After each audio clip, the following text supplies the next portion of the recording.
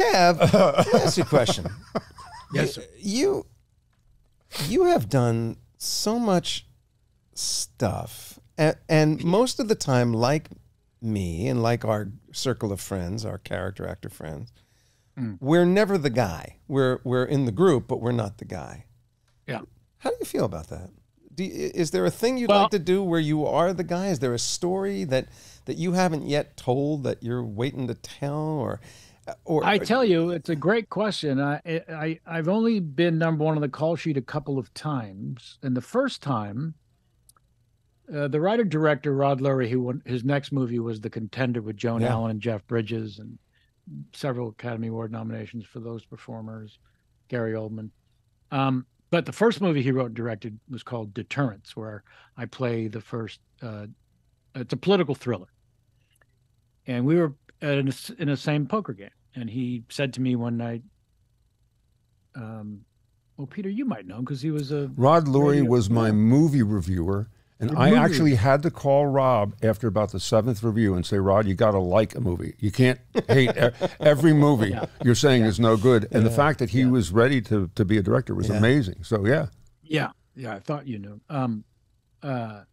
So he said, I've written this movie in about 40 pages in, and it's about this president of the United States and who involved in this political thriller. And I realized as I'm writing it, I'm writing you as the character. Are you cool to read this, or should I start thinking about somebody else? And I said, well, do you want no one to see your film? I mean, why are you? So I'm exceptionally proud of that film and that work. And I was right. Nobody saw it. It's a damn good political thriller. You were great. That was a good movie.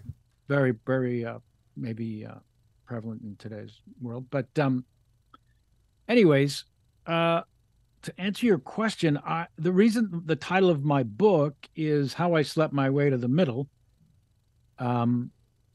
is because I've been afforded an extraordinary existence and happiness and opportunities. Standing on the set or at base camp while doing the usual suspects, and my agent called saying, you've been offered a part in Martin Scorsese's next film set in Las Vegas, written by Nick Pileggi, who wrote Goodfellas. I said, you could stop talking. Just, go make it happen. On Casino.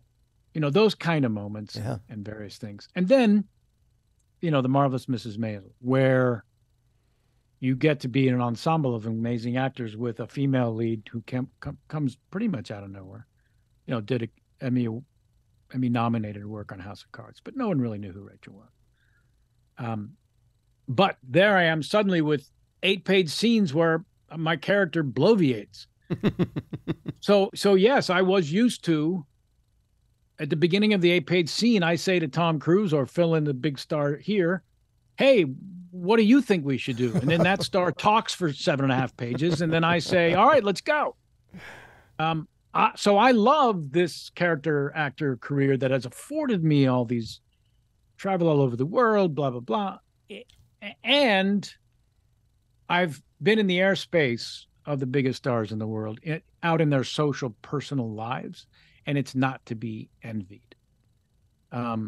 So I do think we've been afforded, Jason, the best of all versions of show business. Yeah.